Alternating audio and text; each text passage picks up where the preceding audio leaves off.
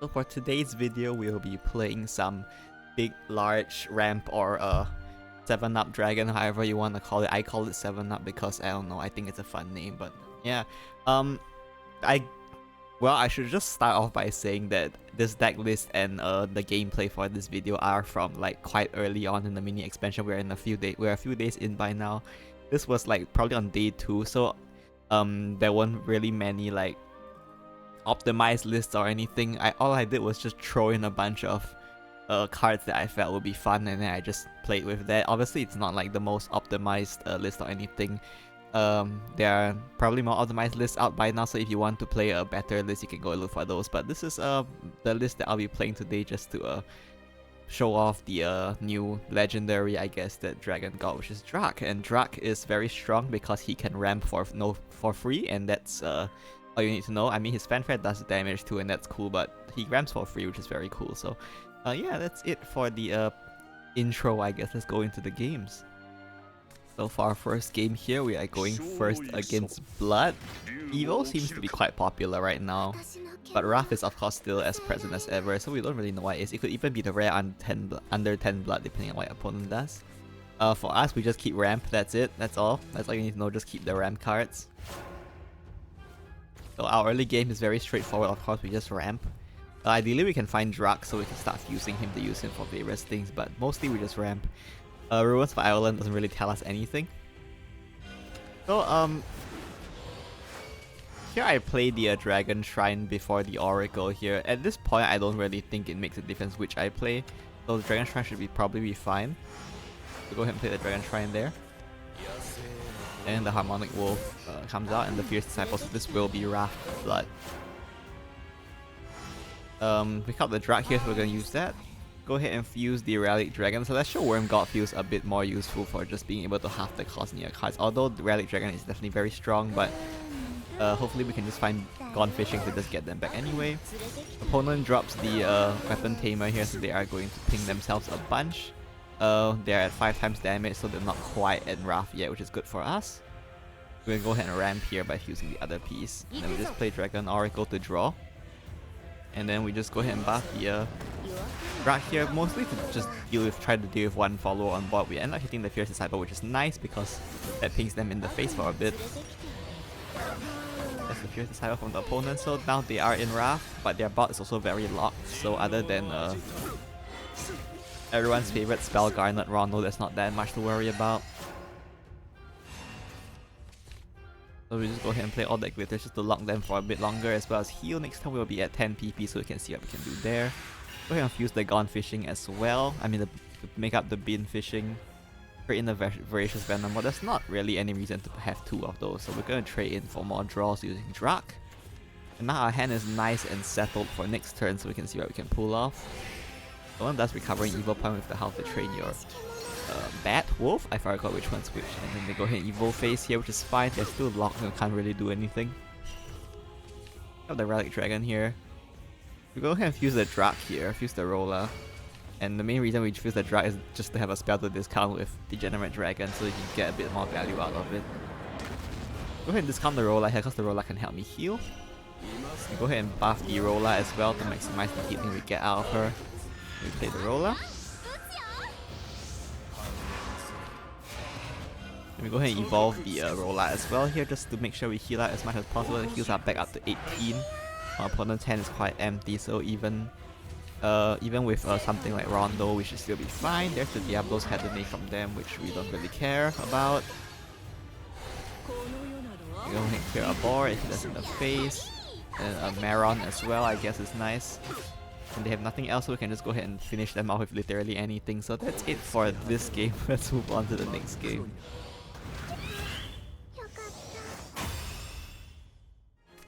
So our next game here is a game against Shadow, and we are going second this time. Most likely Last Words. People aren't really playing the other Shadow variants much right now. Last Words seems to be the main deck to play if you're playing Shadow. As usual, we just look for ramp and throw everything else. And there's the Ruins of Ireland, so this might actually be well, it could be a Shadow variant that runs Ruins of Ireland. It could also be Machina, we don't really know. And there's the friends anyway, so this will be Machina now that we've confirmed it, I guess. And there's the assembly drawer as well. So we can go ahead and ramp with the Oracle. Our hand is looking very heavy right now, so hopefully we can pick up a Drache or something to make use of it. The opponent's just gonna go ahead and play their Machina cards, I guess. We got a Dragon Trice, so we're definitely just gonna ramp here. Against Machina, I do like the Mighty Gust a bit more for helping clear their white boards. And then since we have spare PP, we just put down the Dormant Dragon here. Take a bit of damage, but that's fine. That's generally how we play in our early game. We go in with the expectation that we're gonna take a bunch of damage. Pick out the Rolla here, nothing else to do. We could play Mighty Gust here, but there's also no reason to do it. Like, it's better for us to limit their board space to work with since we are trying to take the game a bit slower. So now we can go ahead and play Rolla, and this will clear their whole board, as well as pop out the Dormant Dragon. So it should hopefully give them something to struggle with, and then we go ahead and evolve the Rolla as well, just to heal up and hit face. Against Shadow, you do have to worry about Evo point difference, but in this case we are even, so it's fine. We just have to make sure not to go below them. There's the Lubell from them. The Lubell is guaranteed to pick up Anya whenever it returns a 2-cost follower, so I guess that's worth noting. And there's the Viscara as well, so now we also have to look for Viscara from their... I guess their Lubell pool is a bit more diluted now. Got a roll like this, we can go ahead and play that as well. No reason not to really just pressure them in the face. Set out a Dormant Dragon for next turn. Face. This time we're not evoing to maintain Evo point advantage. Even if we evolve the Rolla here, we wouldn't be anywhere closer to lethal next turn anyway, so there's no reason to go for an aggressive evo here. It's better to deny them cards that might be able to help them with having more evo points than us. They're going white here, but there is no sign of their... we'll go ahead and play Mighty Gust here. I was gonna say there's no sign of their Anya spell, so that's fine. We go ahead and just play the Worm God here, which was going to help us discount the cards in our hand. We can look for a lethal next time with these Relic Dragons and Rollas in our hand. As well as a second Worm God as well. So there's the Anya. And there's the second Anya as well from them. And the Joy Secure as well, which is going to hit and buff their board. This, I believe, puts them out of any lethal ranges. Yeah, I'm pretty sure I just don't have lethal from here, so I'll have to wait another turn probably. Well, actually maybe I have lethal then from this point. Go ahead and play the Celestial Worm God here just to discount the cards in our hand even more. And go ahead and play a Degenerate Dragon now, set up the Voracious Venom Maw. And as well as all the glitters here, just to I don't know, give them a lot of trouble, make that next turn very difficult. Reduce their max HP as well, so that they can be more easily in lethal range here. By increasing the cost of the cards in their hand, they also should have trouble clearing this board a bit more. Then we'll go ahead and just clear one of these just to be safe, I guess. Then hit the face, get rid of the damage shield. And then we go for a bit of an aggressive evo, I guess, involving the Venom all with the assumption that they won't be able to clear it. Go ahead and trade their assembly droids here, that's fine. Out comes their Lubell, that's the third copy of Lubell, so they're out of Lubells now. Also, they didn't get its cost increased by the Venom Maw, so that's interesting. They go ahead and evolve their Lubell here, and they're gonna go ahead and get the full Necromancy effect. They're gonna trade. Got a bunch of Anyas, I can see. And we go ahead and slam the Viscara here, which will get rid of one of our followers. They can't heal beyond 15 health, so they're kind of stuck there, so that's fine. Now our hand is like super strong. We have a 2-cost Relic, 2-cost Rolla, and 2-cost Relic Dragon, so as long as we pick up one damage card from one of these Relic Dragons, we should have lethal. We pick up a Relic Dragon, so this is definitely just lethal here. We go ahead and play the Relic Dragon here, put the Drache back into the deck. I believe we pick up the Drache as well, so now the Drache also costs 0, so we're definitely just overkilling them at this point, but it's fine, I guess. Kinda see how lucky we can get. That's it for this game, let's move on to the next game.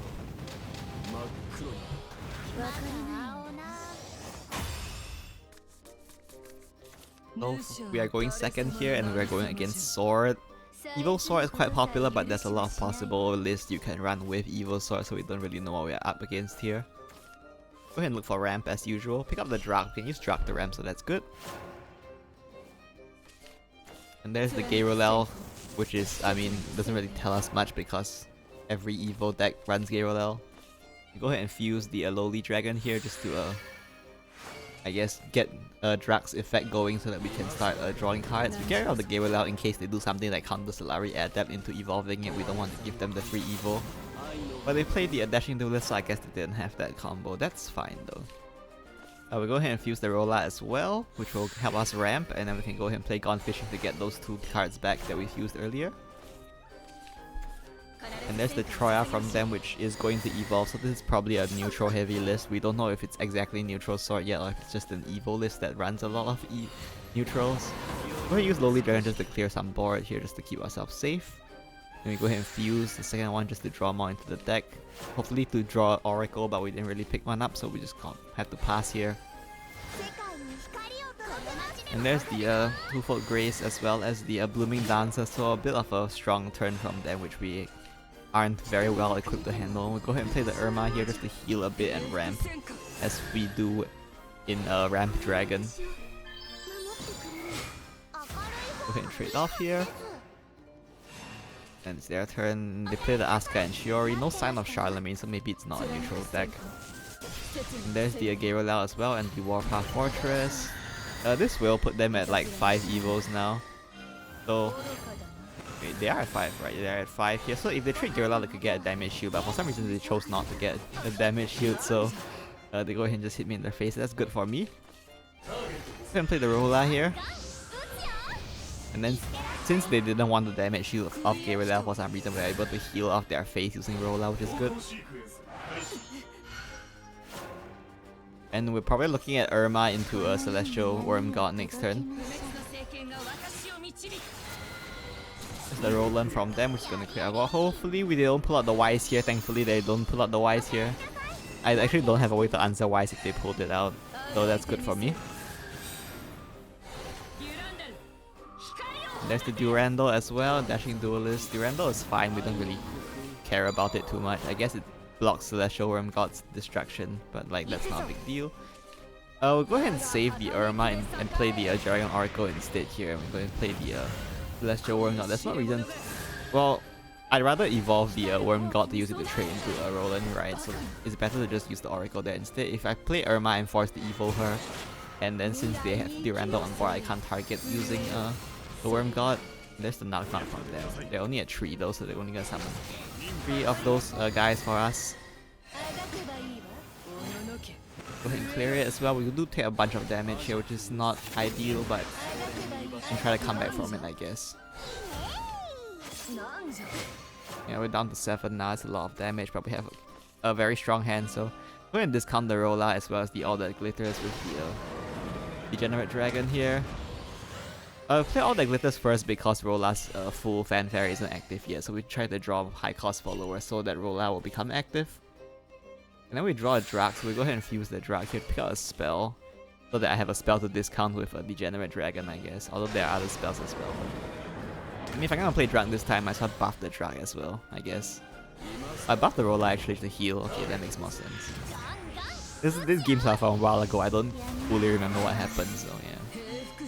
Go ahead and evolve the Rolla here just to heal up. Back to full, well not exactly full, but basically full. Then play Drache both to hit them in the face as well, just to clear out the Knock Knock. Unfortunately we only have Drache for damage this turn, so hopefully they don't heal too much. If they heal a bit, if they heal too much, they can actually escape lethal here, but there's the Knock Knock, which is fine. Out comes a Leon as well. And they're gonna go ahead and trade, so they're healing up to 8, which is still within the range of my Drache, so that's fine. We'll go ahead and slam our Drache here for a nice lethal, so that's it for this game.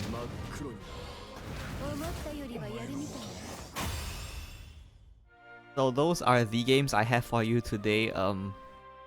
You can see that Drache is very strong, both as a finisher and as well as just ramping. He's so strong in fact that there are lists nowadays that are straight up just about Drache and centered around Drache. I don't think they even bother running Celestial Worm God. Their goal is just to buff Drache to 10 and then use his Fanfare plus give him Storm to just kill your opponent. So yeah, Drache is definitely very strong. He can finish as well as ramping for 0 PP is always very, very strong. Also helps you convert your early game 7 cost bricks into actual advantage by giving you spells for board clear, helping you ramp as well as drawing you more cards. So yeah, definitely a very strong card in this archetype. So that's it for this video. See you next time. Bye bye.